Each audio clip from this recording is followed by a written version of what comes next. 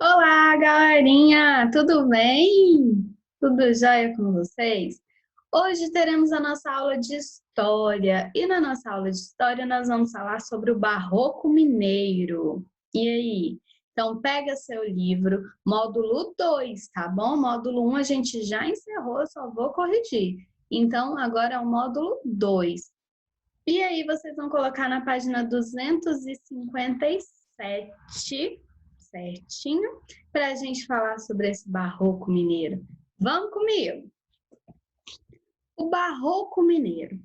O barroco mineiro é considerado a primeira expressão artística genuinamente brasileira, né? Ela foi feita aqui no Brasil, não é original do Brasil, não, mas ela foi feita aqui no Brasil com um toquezinho brasileiro, né?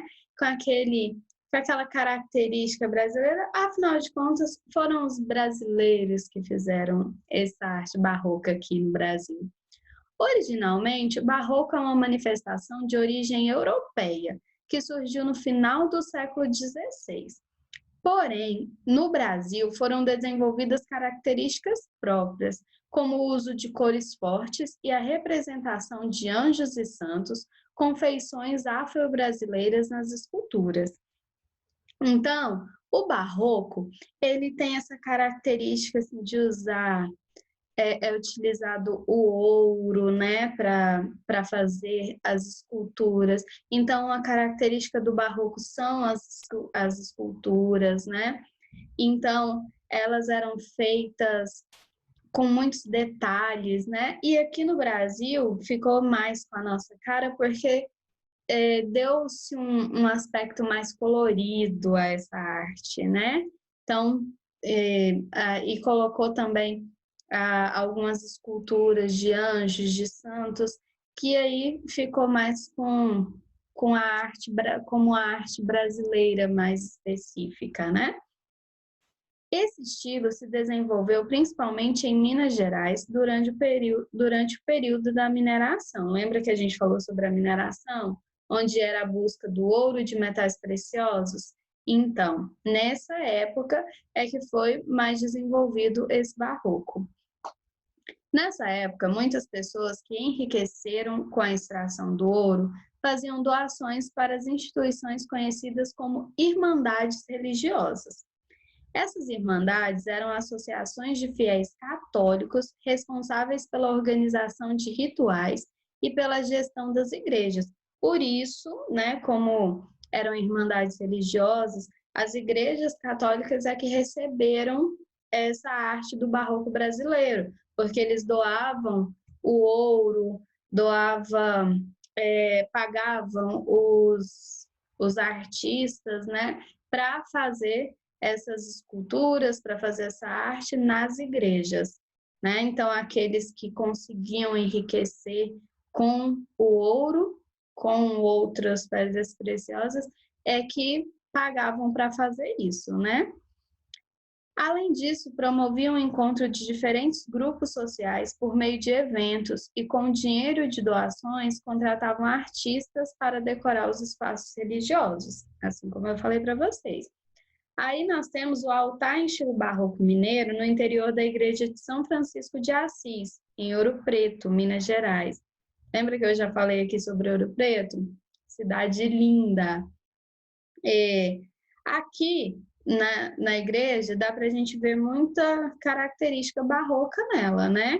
Ó, há algumas esculturas feitas de ouro, o altar lá na frente, né?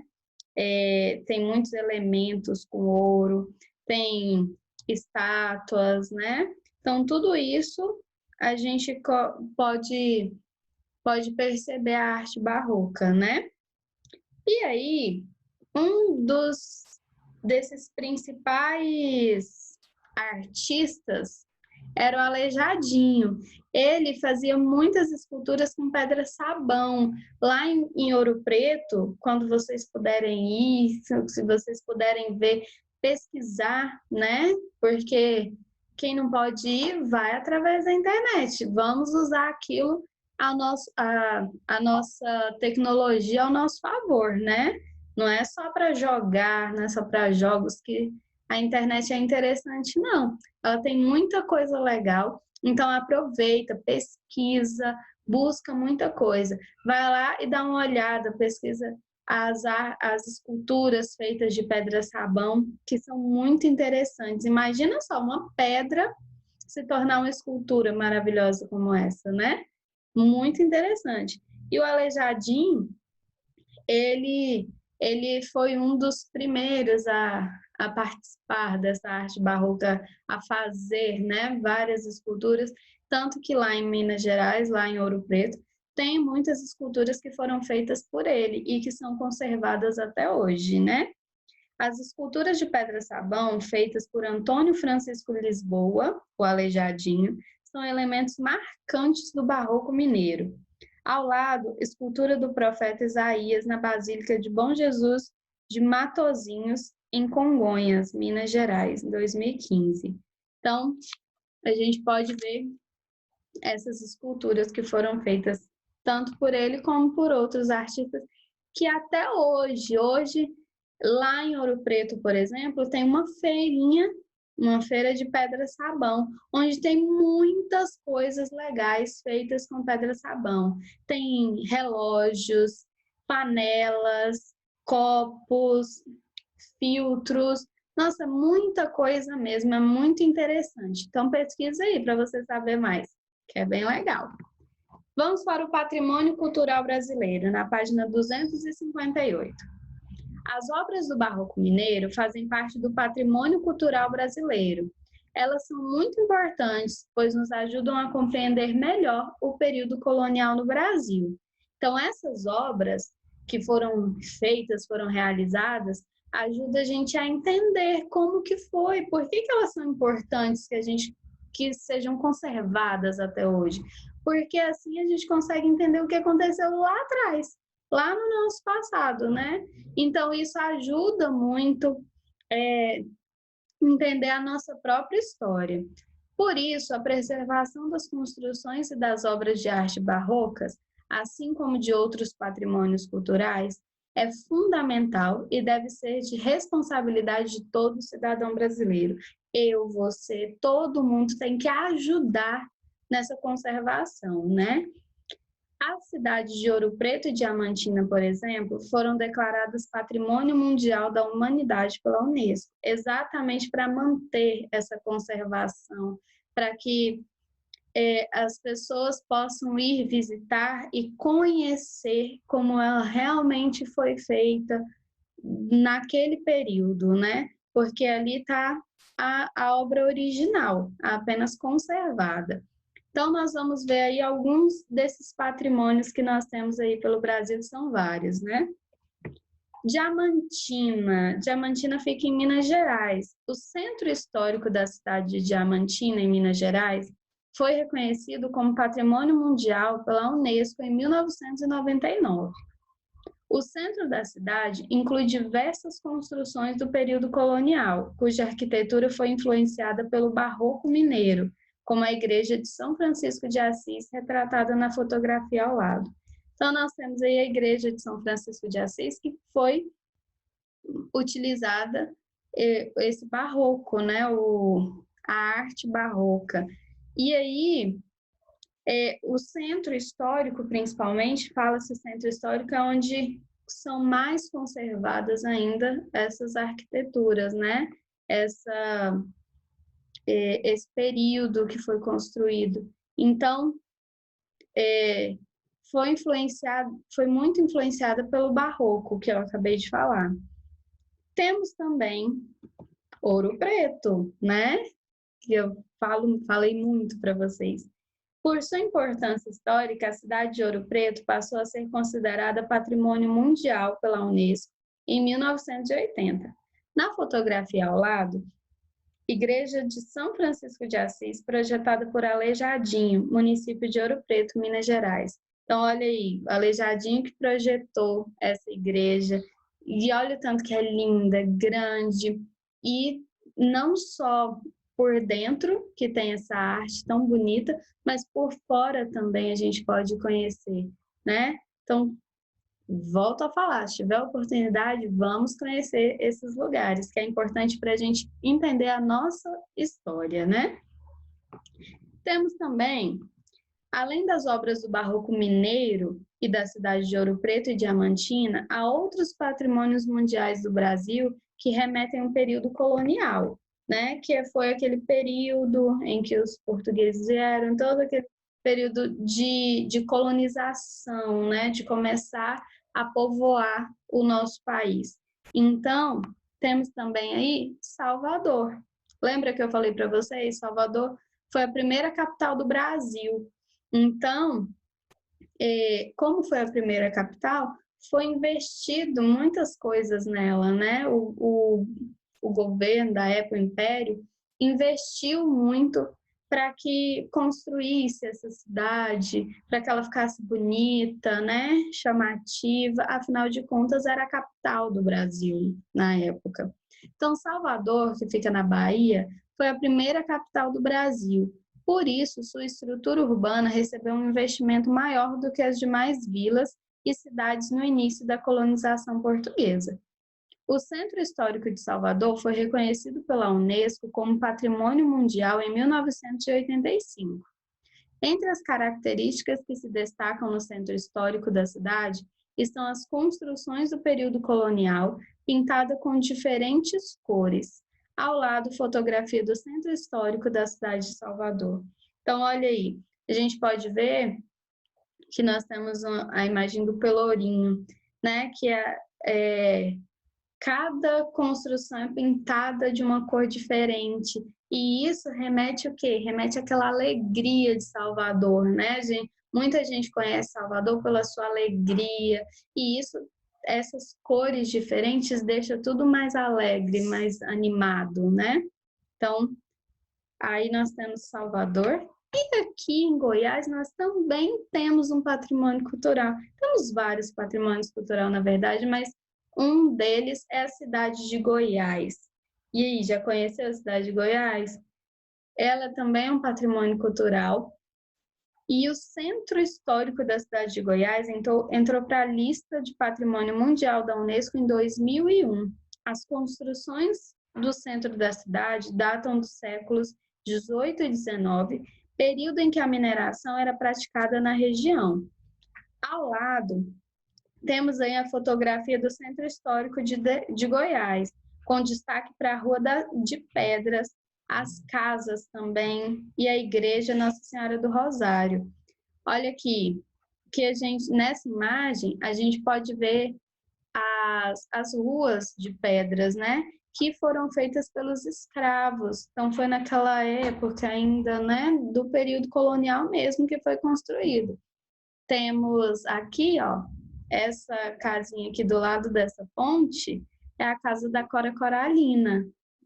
Quem lembra da Cora Coralina?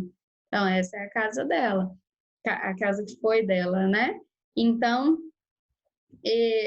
a gente aqui pertinho tem um patrimônio cultural que a gente pode conhecer. Tem Pirinópolis também, que remete muito dessa nossa história. E é importante para a gente conhecer realmente a história do nosso país. Por isso é muito legal a gente poder ir atrás, a gente conhecer. Nada melhor do que só ver imagens, é ver pessoalmente. Pessoalmente é bem melhor, né? Você está ali conhecendo cada detalhe, cada lugarzinho.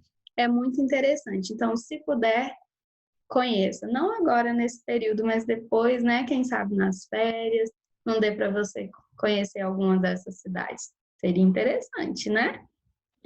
Então, se você quiser conhecer mais patrimônios culturais espalhados aí pelo nosso país, você pode pesquisar na internet. Usa a internet a seu favor, usa ela para você aprender mais coisas, para você conhecer mais. Então, vai lá e pesquisa mais patrimônios para você conhecer, por enquanto, pelas imagens, para você ver como que é. Que aí, quem sabe, um dia você vai lá e fala, eu vi essa imagem, eu conheço pela imagem, agora eu conheço pessoalmente. Então, muito interessante, né?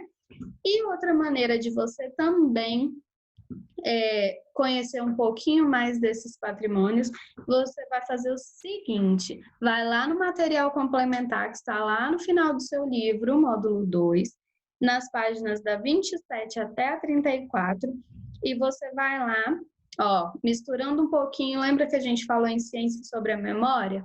Então, quando a gente falou sobre o funcionamento do sistema nervoso, a gente falou sobre a memória. Então, você vai trabalhar a memória e, ao mesmo tempo, conhecer mais um pouquinho aqui sobre o que nós estamos falando dos patrimônios culturais. Então, história e ciência se juntando aí.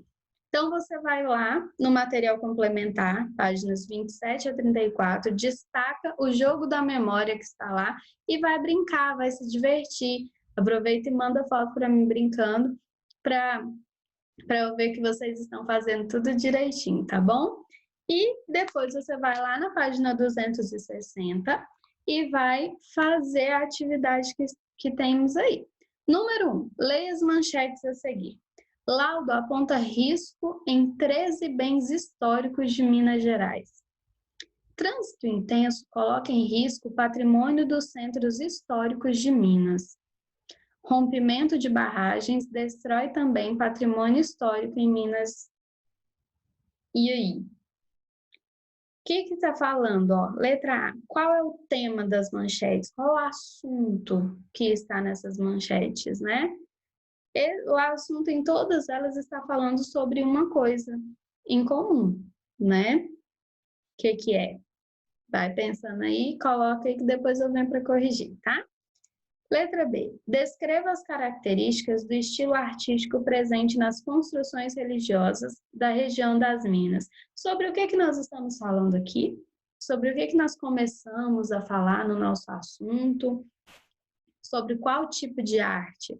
Tem aí no livro, tem aqui no vídeo também, que a gente falou muito sobre ela no início, tá bom? Então, você vai falar qual é esse estilo artístico e o que está presente, né? Quais são as características que tem nesse estilo artístico, tá bom? Letra C. Em sua opinião, como podemos contribuir para a preservação das construções históricas? É uma resposta pessoal. Você vai ver como que a gente pode contribuir, quais as diferentes formas que a gente pode contribuir para conservar esses patrimônios, né? Essas construções. O que nós podemos fazer para ajudar a conservar? Certinho? Uma das formas, já é lembrando que é denunciar. A denúncia, porque talvez você fale, eu não faço nada de errado com essas construções, mas e se você vê alguém fazendo? O que você tem que fazer? Denunciar, né? Então, fala aí, o que você tem que fazer, qual a sua parte para ajudar a conservar esse patrimônio para lá na frente a gente ainda ter esses patrimônios preservados para outras pessoas, para as outras gerações que vão vir poderem conhecer também e para que vocês no futuro conheçam também, né?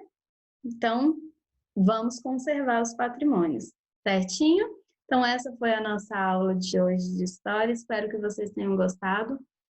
Um beijo e até a próxima. Tchau!